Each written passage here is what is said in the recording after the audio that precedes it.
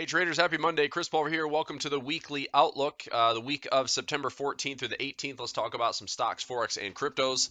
Last week's movers, Dow Jones finished negative, so did the S&P, so did the NASDAQ. NASDAQ led the way with negative 4.06% on the decline. S&P 500 was down 2.5%, and the Dow Jones down 1.66%. To kick things off this week, market just opened about 18 minutes ago. And we've seen just around a 1% jump to the upside on this news. Are we in the final phases for a potential vaccine race? So Moderna, AstraZeneca, Pfizer, and others. In fact, I saw the little Robinhood snacks this morning. There were, out of 170 COVID-19 vaccines in development, 35 have been approved for clinical human trials. Out of those, 9 have advanced into the final phase. Crazy, right? And again, a lot of red tape has been eliminated. The question really is, will everyone trust this first round of vaccines? Most people are saying no. They've called this Operation Warp Speed versus usually what takes 3 to 5 plus years to get a vaccine out to everybody. We have done this in a matter of 8 months, 9 months. So it can go on for a while. I think that just like a lot of things that are happening right now, it is being politicized, but it's big news, and the markets are possibly jumping on it right now. So, again, looking at major stocks, like I said, Moderna, Pfizer, AstraZeneca, those are big ones right there. They've essentially made it to the final phases. There's human trials going on, which are sample sizes of like 30,000 people. So I'll continue to read up on that. We're going to get in the charts here in a minute, so understand that there's risk in trading. Please and always use trade capital only. Do not trade the money you cannot afford to lose. For me, if you see my face down here in the video, I'm going to do a little protest for profits, and I'll talk about that in a moment when I get into the Forex market. So if you're following me out there on social media, here's a way to follow me. I post this video, my weekly outlooks, and my Keep It Seriously Simple video series on my YouTube channel. You can just search my name. That looks like me. That is me. You can find my channel out there on YouTube. You can also find me on Facebook, Twitter at PulverChris, and Instagram at Pulver.Chris. All right, let's get into the charts. So we have a pretty decent sell-off that happened over the last 2 weeks in the stock market. I think, right now we're looking at 2 really key levels in the markets. Right here, we have this low that would be a new break lower. And of course, just a couple weeks ago, we had a high. So what I'm looking at here, this is the SPY. So this is tracking the S&P 500. I think right now, the market is going to have a tough time overcoming the highs once again. Now, we have seen buy the dip, buy the dip, buy the dip, buy the dip for a long time, right? Ever since we had our V bottom here in the middle of March, it's been buy the dip. Every single time you get your hands on a dip or any pause, the market's just flooding back into it. Now, we still have earnings. We still have jobs. We still have all these other things that are normal when it comes to fundamental analysis. What's up, dog? I don't know if you can see my dog, but he's just hanging out. So I'm going to go ahead and get a trend line up because it looks like we have some decent structure that is broken in addition to this larger broadening formation that is causing some concern, right? If you think about this with respect to a larger pattern, does this just mean we connected the highs here? We've seen this stable sell-off. Every time we've hit resistance, we've had decent corrections. And then we blew the lid off going into 2020 to have it come all the way back down. So what's crazy is, look, this pattern is still intact. We just kind of changed it, right? So we went from resistance here to that August to December 2019 rally into fresh highs. We just modified that. But once we hit fresh highs again on the SPY, now I'm wondering, do we have something like this setting up? Now, this is what we've talked about all year, and does that mean that this is what's coming over the next, 6 to 12 months, maybe the next 1 to 2 years? We don't know. That is a massive uncertainty. But what I do think is that right now, where we are currently sitting, it would make sense that normal fundamental analysis takes place. Pragmatic, rational technical analysis takes place. And I think that the bulls will have a heck of a time justifying why they're going to see prices go higher. Unless, of course, we can officially get out of the coronavirus slump. And somehow you'd think like, well, we're out of it, right? Because we're at new highs. Well, yeah, that was because we had concentrated stocks like Apple, Microsoft, Amazon, Facebook, Google lead the way. And now, because the NASDAQ dropped 4% over the last couple of weeks, actually like 11%, and it brought everything down with it. I think that's where the structure remains questionable. So until this low is broken, until this high is broken, expect there to be a lot of intraday volatility, a lot of noise, a lot of, headlines that are one-sided on one day, another sided the other day. So we're going to have completely kind of polarizing headlines because if the price can't break out, I don't really see any major decision. I'm kind of bracing for the market to price in a Biden presidency. If that's the case, I expect there to be more red in the markets and more selling. It would just, again, from the larger broadening formation, where do we come back to? I would expect something along these lines. Just looking at some structure in the SPY and the Qs right in here. So can we come back into this area, this area, this area? All these are realistic pullback zones. Now, again, these could be pullback levels for the market to then gather its strength and then see a bottom form. It could also be look out below and we come back into these March levels. So it just depends on how accelerated the move gets. But in order for all that to happen, this structure that's been in place the last couple of weeks now has to break. So we're going to break to go lower. Are we going to fight in this zone here? Are we going to somehow muster up the courage to break and go higher? We'll find out. So that's what I'm watching on the SPY. The Qs are the same way. I'll go to that chart right now. So here's the QQQ, which is following the NASDAQ. And just a nice straight trend line. You can again see the structure has been broken. Okay, this would be the resistance level that I'm watching at the high. And here's the recent low that formed right here. Okay, now where can this come back to? Previous resistance. How about that February 2020 high, which looks like that's so long ago and so low, but that is a realistic spot for price to come back down and retest. So the bulls are going to have to protect these lows and see how they're going to fight. This is going to be the fighting zone in here where a lot of volatility can persist. If the bulls find a way to close above the high, I'm still a little reluctant to believe that that's, smooth sailing to the upside. So I think right now, if you're interested, this is a, buy the dip with a tight stop and take your chances to see if the bulls can still maintain. Right? Otherwise, if you're on the sidelines, you're like, you know what, I think this market's going to crash and I want to go down with it. So there's resistance. We wait for it to close out here. And then you are long inverse ETFs, you're long volatility, you're selling stocks, you're going into cash, you're holding that margin on the sidelines, waiting to buy when the dust settles because we don't know how fast this is going to accelerate. So it really is. It's two distinct stories. One is you decide to get in here and take your chances right now, like buy low, there's a tight stop, and it goes back up and challenges the highs once again. Or we break the lows, get ready for more risk-off trading, or we somehow just say that's the dip. There's a 10, 11% dip in the NASDAQ. We've got good tech stocks leading the way, okay? A few good tech stocks that are leading the way with all the concentration in those big five, and can they carry us back into new highs once again? We'll find out. Okay, now let's talk about protest for profits. Okay, it's not a cause, it's not some nonprofit. This is me deciding to protest, and I'm not going to shave, okay, until I make some money on a couple of my big positions in Forex. So here are my positions. I'm short the Aussie dollar. Okay, what am I asking for the Aussie dollar to do? All I'm asking for it to do is make me some money. It's not that hard. This is the structure that I'm looking at. You can see that it keeps challenging this trend line. This could be a bit of a rising wedge. And we talked about this at great length in my trader, and we took a couple of trades in here.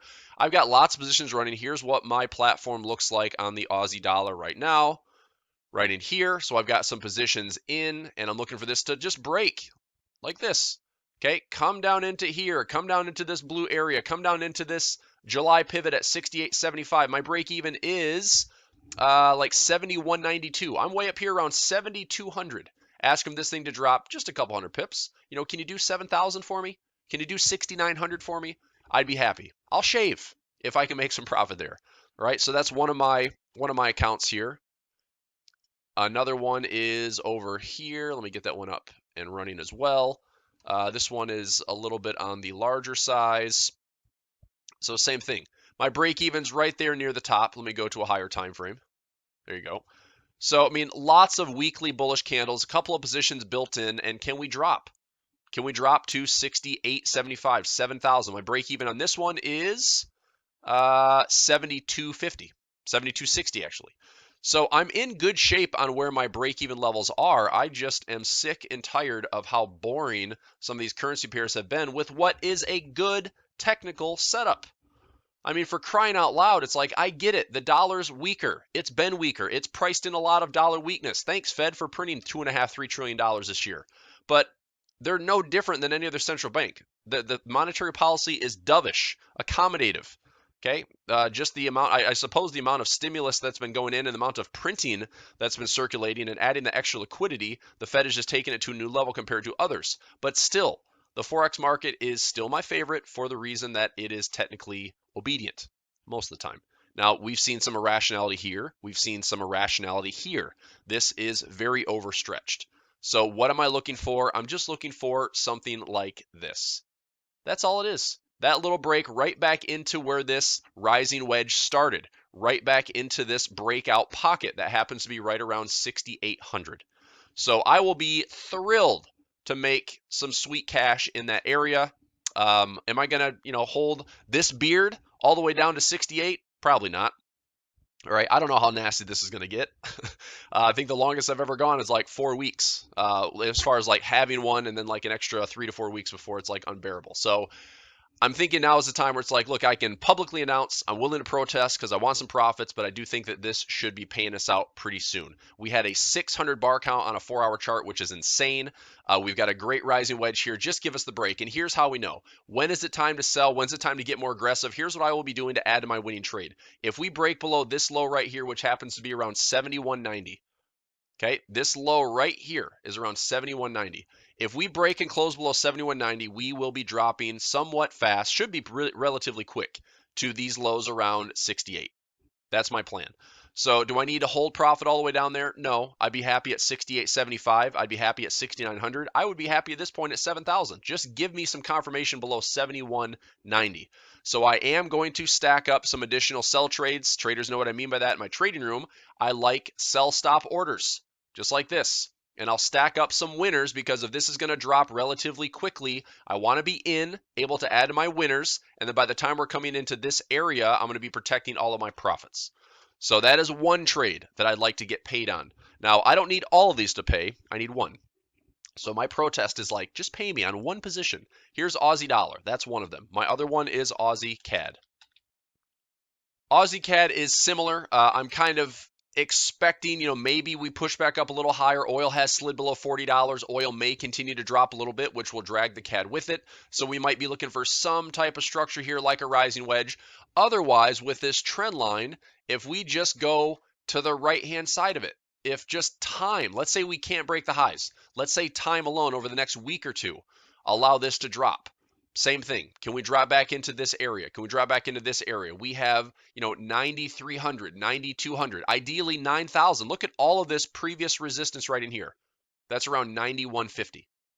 So 9,150 would be an excellent spot for past resistance to become future support. We're currently trading at almost 9,600.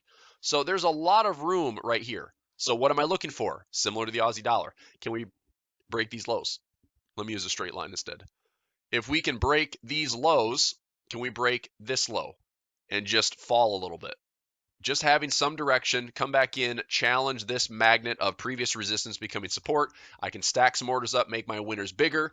I can ride this out, but I need price to get on the right side of the trend line. So if we go sideways and we retest the highs, I'll wait. I'll get on the right-hand side of the trend line, start looking to stack back up. Take this down to where I think it's going to go. This is a good currency pair. This is one of my favorite currency pairs. It's not cooperating right now. It's very boring to trade right now. Not a lot of price action is confirming direction. I think that the bulls, hopefully at this point they're exhausted. The bears just have yet to show up. So once we get on the right-hand side of this rising wedge or break out, taking out one of these recent lows, that should be where we have permission to sell and be pretty aggressive to the downside. That's one trade again. So Aussie dollar, pay me. Aussie CAD, pay me. Let's go.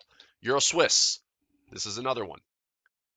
For the last 2 months, July, August, now we're almost, this actually is going into 3 months of sideways price action. I am long on Euro Swiss. The move I am looking for is this. We have this run to the upside from 105 to 109. We have a pullback. Now I'm looking for this to finish a corrective move up towards 110.50. Or 11100. Again, previous resistance to become future, previous support back here around 1.1150 to become future resistance. So it's just a 1, 2, 3 wave correction. Previous highs get challenged, previous lows get challenged. That puts us into around 110.50 to 111.50. Now, what we have currently is a lot of consolidation over the last 3 months. So what I've been telling traders and telling myself is we need to see price close above these stinking wicks.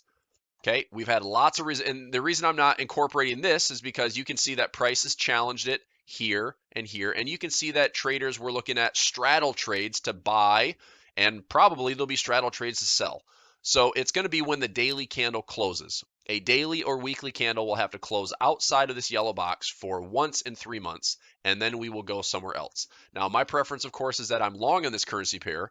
If we go to the downside, I could see that we would fall back into this level here, possibly into this level here. I'm still going to be long, right? The reason why is my trade position that I built up is small, and I have a yearly pivot at 110.45 that I believe this currency pair will find, right?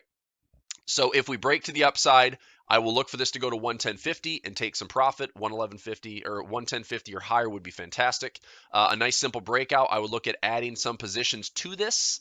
So again, a little bit more confirmation on Aussie CAD, Aussie dollar, Euro Swiss. I will start adding positions and hopefully adding to a winning position because we finally have some confirmed direction. So those are some big ones.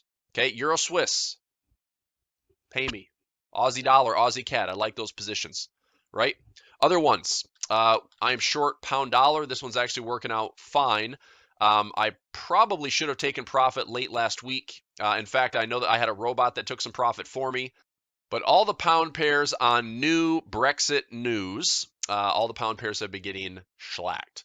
So pound Aussie, great trade to the downside. Pound New Zealand, great trade to the downside. Pound Swiss, great trade to the downside. Pound yen, great trade to the downside. Euro pound had a surprising move. I actually took a loss on the euro pound, like 45 pips in a sell trade, lost on that as it reversed, and then it was 280 pips to the upside that I ended up getting out early around 190, like 190 pips. So, I mean, I lost 45, grabbed 190. I was like, what an awesome move. But just pretty irrational stuff. Like, how does the pound all of a sudden just sprinkle in all this volatility kind of out of nowhere? In the background of everything else that's going on, it's like nothing's really moving. I'm showing you Aussie dollar, Aussie CAD, Euro Swiss, all these currency pairs. Yen pairs are very sideways and choppy, lots of range, lots of tight price action. And here we have just this explosive, and again, explosive as in a fake out move. Like this was an expansion that I was looking for on the euro pound right here. I was just watching some sideways price action. I'm like, sweet, let's get a breakout. So we broke to the downside right in here.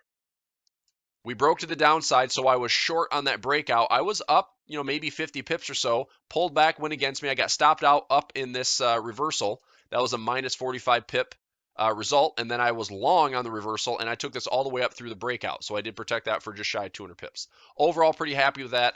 I'm sure we had some traders this week that were looking at some weekly pivots to short the euro pound or buy the pound Aussie. It was a pretty easy trade coming into the market on Sunday night or Monday's open. Look at the pound Aussie, same thing. Sells off, bottom U-turn, nice little push to the upside. If this is doing nothing more than coming back to balance a little bit, that's totally fine.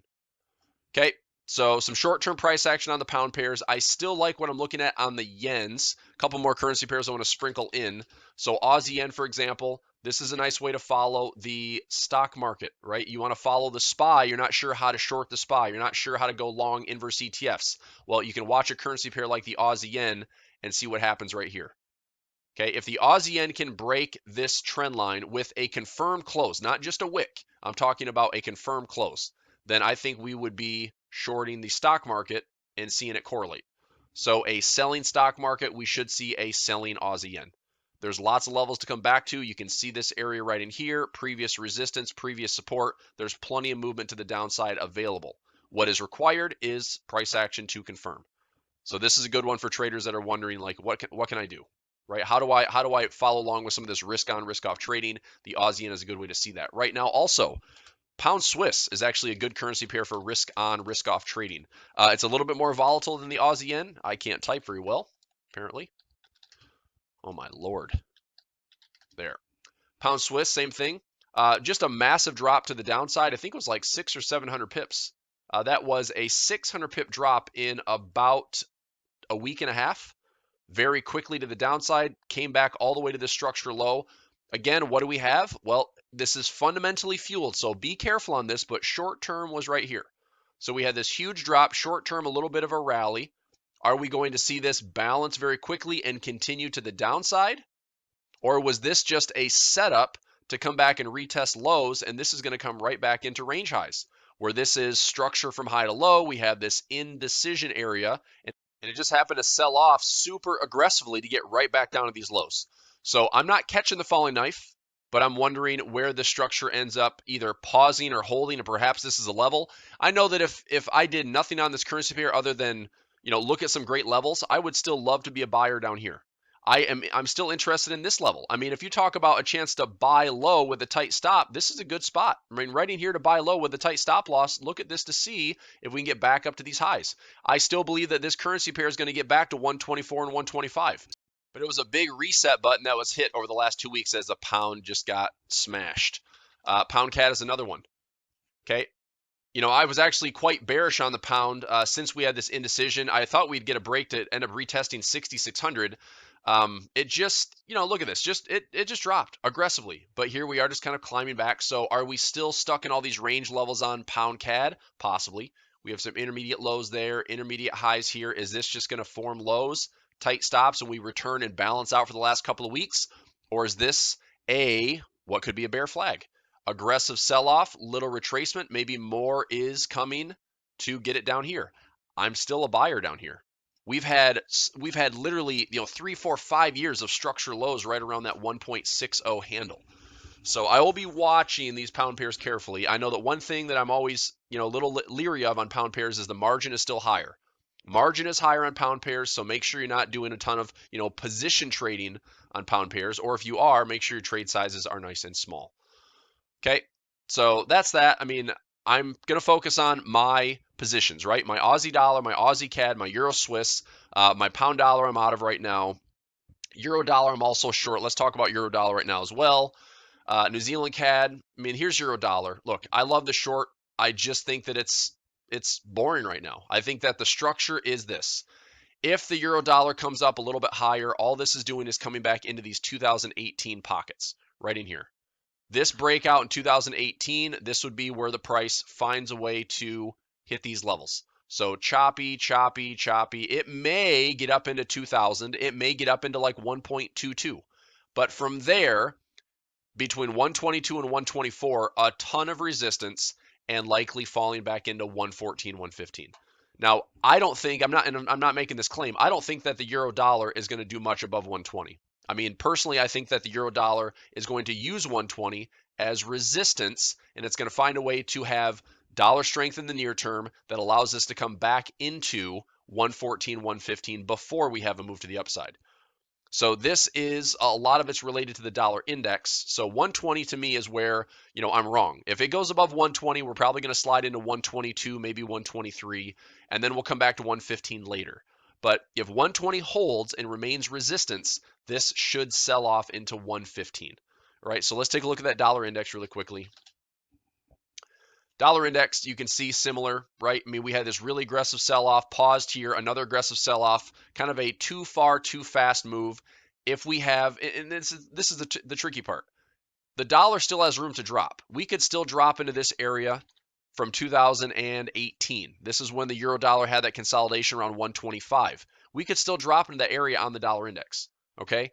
But because it's gone pretty quickly, could we have the dollar form a short-term bottom, work its way back up into some corrective levels? All of this becomes support, becomes resistance, or past highs become highs once again. I still think the dollar is weaker in the medium term, but in the near term, I'm looking for some dollar strength. So the question is this: are we going to see dollar strength with some risk-off trading? Possibly. Okay, kicking things off in September, October, heading into the election, is it risk-off trading that dominates? If so, the dollar, the yen, the Swiss get a little bit stronger. Makes sense. Is it easier for the dollar just to price in all of this weakness and then the dollar makes this amazing recovery later? Maybe. So that's why I'm not, betting too big. That's why I keep my trade sizes nice and small. But either way, even if the dollar slides these levels, this is available, the dollar will get stronger at some point. But I think right now it's like if we've gone too far too fast, the balance would be we rally up here first and then we drop. And all of this could happen relatively quickly. October is a historically, turbulent, volatile month in the stock market, which will translate into Forex. The election is not that far away, okay? And so this market could just unleash a lot of volatility. So if you were not prepared for March's volatility, you've had 6 months to prepare for something similar to that. So I'm prepared for it in stocks. I'm preparing for it in Forex. Yes, I have positions that I'm in that I'll be monitoring and watching. Do I think that my Aussie dollar, Aussie CAD, Euro Swiss are unreasonable trades? Not at all. It's the same way I've taken profits for years and years and years. They're good technical setups. I just have to make sure that I'm staying patient, extremely patient, and my patience being tested because now I'm willing to grow out a beer that I never do, and I hate it, right? And it's irritating. But so is watching these currency pairs not do anything for weeks and weeks and weeks when I know that technically it makes more sense to balance. If there's going to be buyers on the Aussie dollar, then dip first, and we can buy it at a lower level, right? So let's see some profit taking, let's see some some risk off trading, whatever needs to happen. And so this week in the markets, we do have some news in the economic calendar. We have retail sales. We have a press conference for the U.S. There is actually no projected rate decision, which I would imagine isn't changed. Let me check another tool here, the CME Group. There's a FedWatch tool here. It's probably 100% expected to stay the same. Exactly. So 0 to 0.25% expected to stay the same this month. So that would be the same thing with our economic calendar. There's a press conference, a statement, economic projections. There's no rate decision, which it might be a medium term or medium impact. Probably is. Where is it? Wednesday. There it is. Federal funds rate at 0.25. So it's the same. They just put it to medium impact. Why is that? Because it's not projected to change. So Powell will have some words, economic projections, statement. I'm sure the Fed's going to be super accommodative, whether that's dovish or how it gets priced in, we'll find out. So there will be some price action on Wednesday. Let's go back into high impact here. We go back into high impact only. I saw we also have a monetary policy report out of Japan. We have a new prime minister in Japan. We have Aussie employment news. We have New Zealand GDP. We have the pound Super Thursday at 7 a.m. So that's one thing this week for my Flex Trading Room. I'm going to make a note of that for my traders. We're going to start our Thursday session earlier. We'll start at 7 a.m. instead of 8 a.m. So I'll make sure that everybody's aware of that this week. We're going to jump in on Super Thursday and see if we can grab some short-term volatility on these pound crosses for that morning. Everything should stay the same for the pound as far as the interest rate, 0.1%, 0.009 on the bank rate votes. Asset purchase facility probably 450 billion pounds or something ridiculous like that. Let's go to medium impact here. Take a look at it. Let's see here. Asset, it doesn't show it. Asset, is that low impact now? Come on now. You're going low impact on this stuff? Thursday. There it is. Asset purchase facility has been increased. It was 450 for the longest time. 645. There we go. 435 forever. And we've had that for like years. And then all of a sudden when COVID hit, there's March 645, it jacked it up. So it's up at 745. So again, just like other central banks, super accommodative, very dovish monetary policy votes, bank rate at 0.1%, expected to stay the same. But the good thing is that should equal some volatility on Thursday for us. And then Friday, we finish off with some low and medium impact news. So it will be a pretty busy week. As far as the calendar goes, I mean, I'm curious to see what the stock market does with the structure I highlighted on the SPY and the Q. Right, the QQQ and the SPY, watching those highs and lows to see where price takes us. If nothing happens this week, it's just going to be a lot of indecision. I'm looking at some decent pullbacks on Apple, decent pullbacks on Microsoft and Amazon. I'm looking to buy dips. I'm still not there to just like jump in. I'm going to wait. I think it might be more prudent for me to wait and see if the stock market as a whole can dip a little bit. And there's so much concentration in those big five that if those slide, so does the stock market. So maybe I can get some bargain levels on good companies. Just have it, good companies in the wrong market phase. So if we see a sell-off, that's fine. Watch the structure on the SPY and the Qs. One thing I'll check really quickly is cryptocurrencies. Cryptocurrencies. Bitcoin had a sell-off last week into that 10,000 handle. It's currently back up to 10.6. You can see past resistance becoming support. Again, a pretty critical spot. Are we going to stay and maintain this support to see if this can use that as a launching pad? Maybe more indecision on cryptos, possibly. I still remain long-term bullish on them, but I'm curious to see if we break this level, do we head back down, or do we maintain this level, see some consolidation, and give this the support needed to then break and go higher for a new leg up? We'll find out. So at least, the aggressive selling at least stopped. We had a bit of a pause, but every time we have these aggressive sell-offs, I'm always wondering, is that a, V bottom that happens and this just comes back and balances, or is this a bear flag that means that more selling pressure is ahead? We'll see. But I think if we pull back into this, 11,000 plus level, that means it's just an aggressive sell-off that's quickly balanced, and we're just going to see some range trading until we see new highs. So that's it. That's what, 20, 30 minutes into the weekly outlook. So number one for me is I'm back, that I'm healthy. I got pretty nasty cold last week. That's all it is. I don't have COVID or anything, but it was just, I haven't been sick all year. Surprisingly, with all this crap that's been going on, I've stayed relatively healthy thanks social distancing and working from home. But I feel better. Still a little congested, but definitely on the home stretch for feeling 100%. So that's good. Also, this will be new. Okay. I usually have a 5 o'clock shadow, but this could be getting pretty gnarly here in the next 2 to 4 weeks. So we'll see what happens, unless, of course, I get paid. So my protest for profits. Let's see if we get paid on some of those positions. We'll have some fun with it. This week, my trading room, Tuesday, Wednesday, Thursday. We'll start our session early on Thursday. If you have any questions, let me know. One more time to follow me out there on social media. Keep it easy and simple. YouTube, that's the best way to follow me. That's my channel, Weekly Outlook. Keep it seriously simple video series. Anything you're wanting, requests, I take them in, I write them down. I'll end up doing the content on my YouTube channel. Facebook, Twitter, Instagram, everything just kind of, again, highlighting what I do on my YouTube channel. So that's the best way to follow me out there. Subscribe to this channel, like the video, share the video. Appreciate all the feedback, and leave a comment. All right, that's it, traders. Let's have a great week.